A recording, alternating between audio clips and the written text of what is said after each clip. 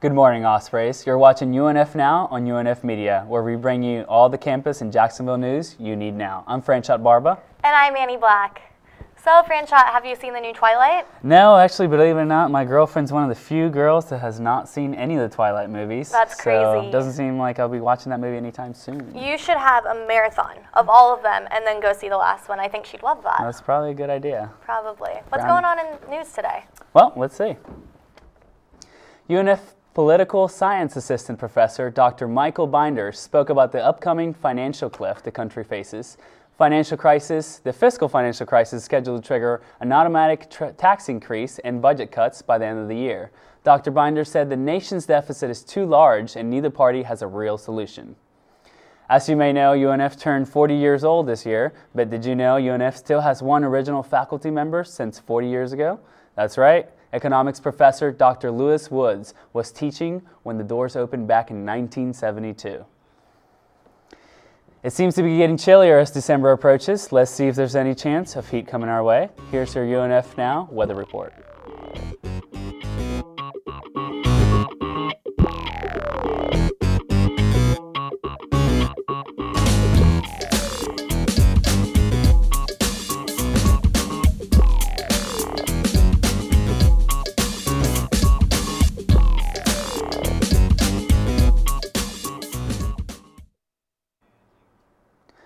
We're experiencing the largest jackpot ever for the Powerball. Lottery officials say nobody has hit the Powerball jackpot so far, making the top price increase to about $425 million for the next drawing. Officials also believe Wednesday's drawing could go even higher than the estimated $425 million because sales pick up before the drawing. Now let's go to Annie Black with your entertainment now.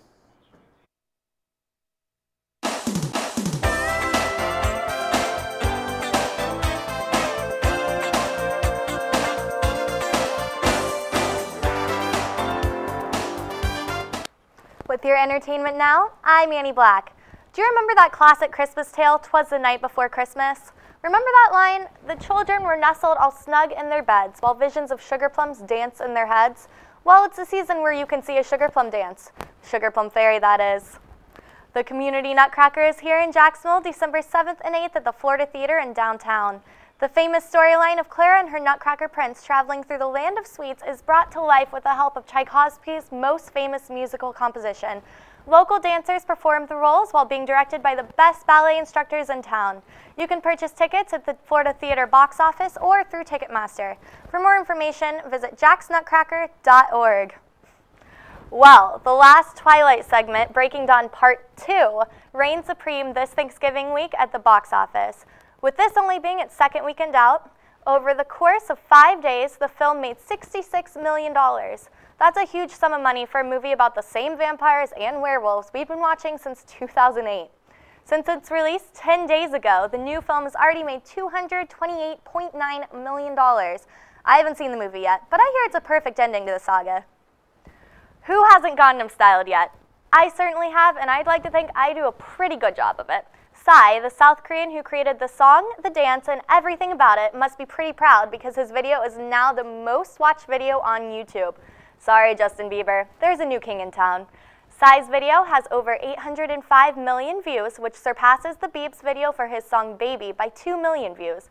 Looks like Psy has the right idea. You've got to dress classy and dance cheesy to make it big in this world. Now let's check in with Hannah to see what the world of sports is like today. Here's your UNF Now Sports Report.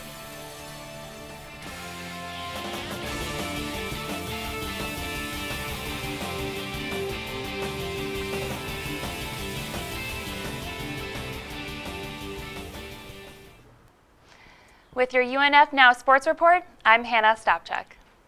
The opening Thanksgiving game against the Houston Texans could cost the Detroit Lions a playoff spot. To recap, Lions coach Jim Schwartz threw the challenge flag in the third quarter on a Justin Forsett touchdown. He was given an unsportsmanlike conduct and delay of game because all scoring plays go up to the booth for review, so they were not eligible for a coach's challenge. Unfortunately for Detroit, they also had several chances to win in regulation. But Texans fans weren't the only ones who had a happy Thanksgiving in Game 3. The New England Patriots were up by 35 points at halftime, plus 14 of their first 28 points came off of Jets turnovers. The ugly 49-19 loss may have fans wondering if the Jets are done and out of the playoff hunt. The Jaguars will see the Jets in Week 14, Sunday, December 9th.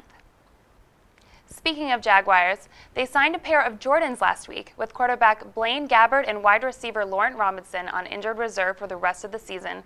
The team signed quarterback Jordan Palmer, who was with the team in preseason, and receiver Jordan Shipley. Shipley, a third-year pro, was drafted by the Cincinnati Bengals and last played for the Tampa Bay Buccaneers. The Jags also added receiver Carlton Mitchell, who last played for the Cleveland Browns. Of these players, Shipley was the only one to play in yesterday's 24-19 win over the Tennessee Titans. Shipley caught one pass for 24 yards. Leading all receivers was Cecil Shorts III, who caught 4 passes on 105 yards and a touchdown, marking his straight game with a touchdown catch. Justin Blackmon also extended his touchdown streak with a touchdown catch in his second straight game. This was the Jags' first home win of the season, and it also snapped a 7-game losing streak. The team heads to Buffalo next week, where Chad Henne has plenty of experience from his days in Miami. Staying on the gridiron, the world of college football was anything but boring on Saturday. There was something for everyone during rivalry week. To begin, Notre Dame fans were raving as their 22-13 win against USC allowed them to keep their #1 spot in the BCS standings. It also secured their spot in the national championship game. They will play the winner of the SEC title game. One of these teams, the Alabama Crimson Tide, left a bad taste in the Auburn's fans' mouths as the 49-0 win put the Tide in the #2 spot in the BCS. It also marked the end of Gene Chizik's tenure as the Tigers' head coach. Chizik was fired on Sunday just 2 years after winning the national title. Ohio State also picked up a big win over Michigan, locking up their perfect 12-0 season.